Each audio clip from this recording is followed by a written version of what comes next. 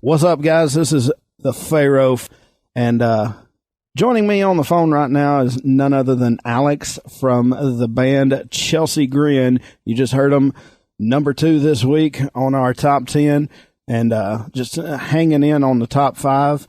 Alex, how's it going, brother? I'm good, man. Thanks for asking. Now, you guys are out touring right now, correct? No, we're actually home right now, but we leave very soon. We depart for Europe on Sunday. On Sunday. Yep. I was a week out on it. Close. But new album, My Damnation, is actually probably one of my favorite albums that I'm listening to right now. Thanks, man. This whole thing, let me tell you, this is one of the few albums you can put on, listen to it from start to finish, and it's just every single track on it is amazing. Thanks, man. That's what we tried to do. We didn't want people to lose interest. We wanted people to be able to listen to the whole thing, you know.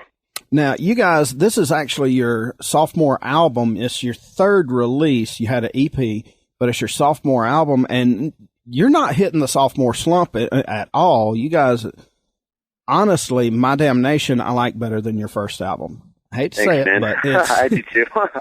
but it is just absolutely amazing. And so if you would, tell us a little bit about the culmination of this album, how My Damnation came to be about.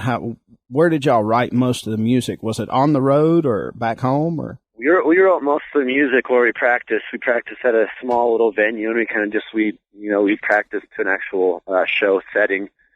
And this time, as to compared to Desolation of Eden, we actually knew we had an idea in our head what we wanted to do, what exactly we wanted to make this CD sound like.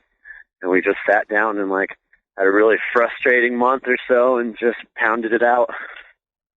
Good deal. Now, on the road, you guys head out for Europe next week. Who are you going to be touring with over there? We're direct support to Miss May I, and then under us there's a band called Chunk No Captain Chunk and Abandon All Ships. Oh, nice. Damn. I wish that was here. Yeah, that's a hell of a lineup right there. Yeah, it's pretty different. I like it. Yeah. I mean, a little bit of everything in that one right there. Yeah, that's the kind of tours I like to do. That's my favorite kind of tours. Oh, yeah. Now, you guys signed to Artery back in 2008. Yes, sir. They treating you guys right?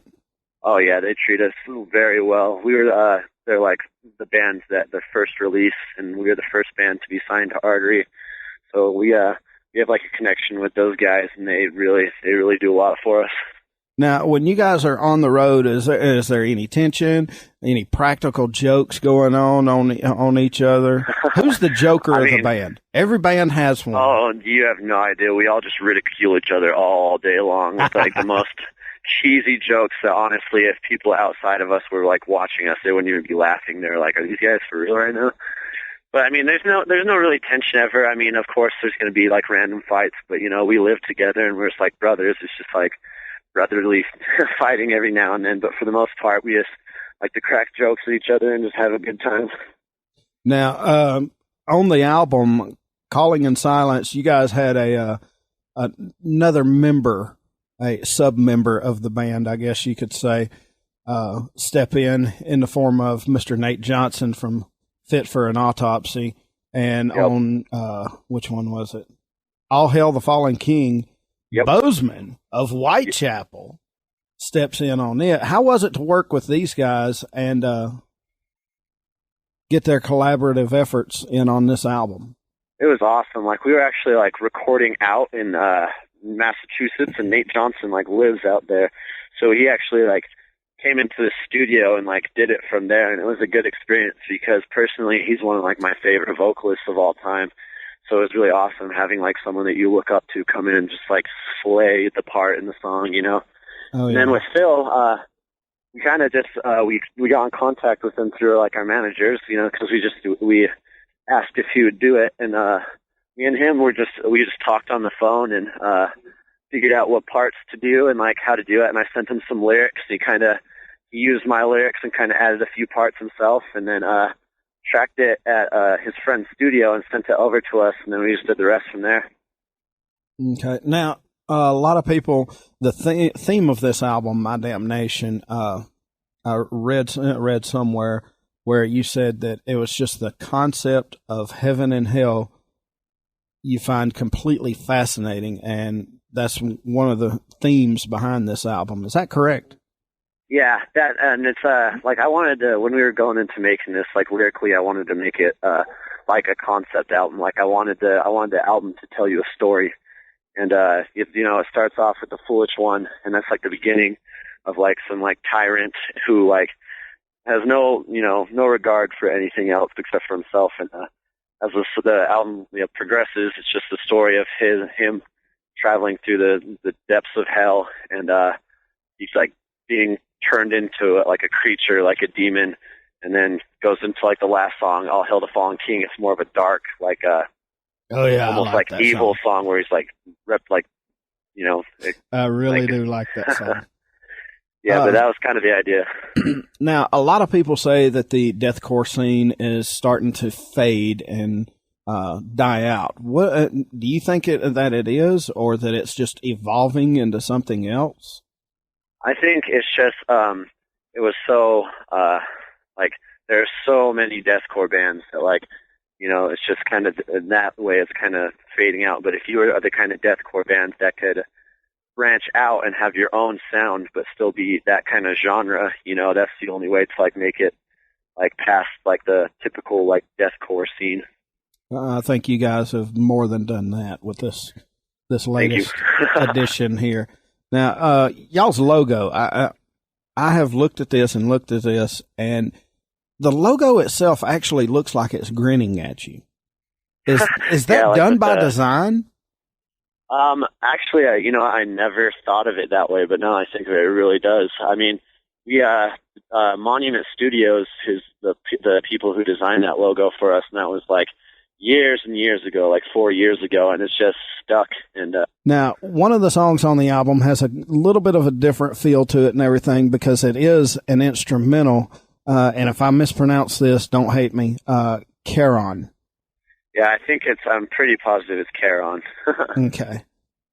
What's the influence behind that song? Because, not many deathcore bands are going to do an instrumental because they rely on that powerful vocalist.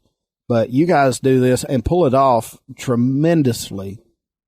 Thank you, man. So, I mean, Charon is the boatman that takes you across the river to hell. Like he's the one that takes you across, and it's right before across the album, river My Damnation. Styx. Yes, I know what you're talking about now. It's it's supposed to be really creepy and kind of like, if you think about it, when you go and listen to it, it's kind of like you're like pedaling through like this nasty just river of death, just slowly going like, and then My Damnation comes in and it's like you're there, like you're in hell. It's like bam, like I didn't even think about that until you said that, but now it makes sense. It really does. Yeah, that's what we were going for with that. So we got to tour in Europe. When are y'all kind of heading back to the States? We get back November 6th, and we're home for about a week before we go out on the Thrash and Burn tour. Oh, hitting Thrash and Burn. Yep. I think that's actually coming towards us. Yeah, it's pretty long tour. Oh, yeah. Now, who all are y'all playing with on it? It's Winds of Plague Winds of Plague headlining, us direct support, and under us it's As Blood Runs Black, For the Fallen Dreams, Upon a Burning Body, In the Midst of Lions, and a few others.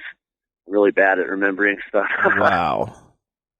So Winds of Plague and you guys are the two big boys on this one. Yep. Yeah. I hope y'all do come this way, because if you do, you better damn well believe I'm going to be there. Yeah, dude, I'll see you there, man. Hopefully it does come through. Because I'm thoroughly enjoying this album. I like the first one. Don't get me wrong, but this one here is just, it's almost like you guys were the first album. It was, okay, we're going to make a record. And the second one is like, we're going to make an epic fucking record. That's actually like, that's what we said. We were sitting there like, dude, we got to make this album epic. That's what it is. Because this thing is absolutely fucking amazing. I love the entire thing. I mean, yeah, I'm glad people like it, because we really like put our heart and soul into this album. Like, we really like tried really hard with this one. well, it shows because, and I mean, the production value, the music, the lyrics, everything is spot on perfect for this album. Oh yeah, thanks. So man. hopefully Thrash and Burn will be headed down south and headed towards us very soon, and we can get out there and see you guys. Yeah, I believe they announced the dates. You could just check that out. Just Google Thrash and Burn or whatever. Definitely going to be Googling that right after this interview. All right. After Thrash and Burn, any future plans of when y'all maybe headed back into the studio? Because now, you know, giving us a taste with My Damnation, now I've got the hunger. I want more.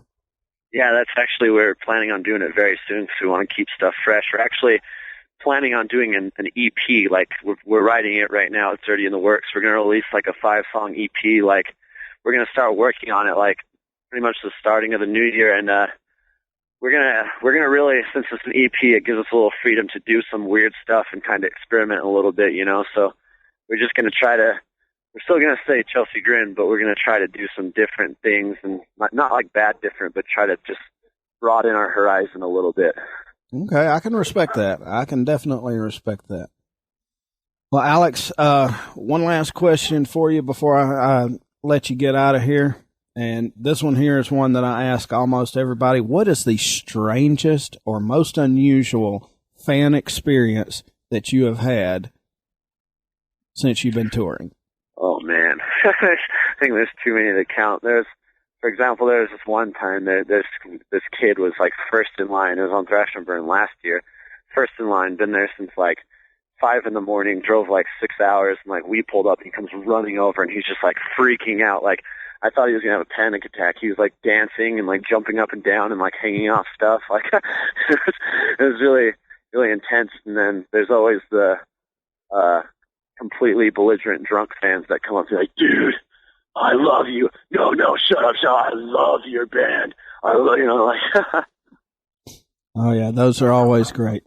Yeah. Well, Alex, I greatly appreciate you taking time out of your busy schedule. Don't want to hold you up too much. Folks, check them out. Chelsea Grin on tour, coming back in November. Thrash and Burn. Check tour dates and see if they're coming into your area. Tell you what, we're going to lead them out with this. How about we do Chiron and My Damnation right here on WLJS 91.9 FM.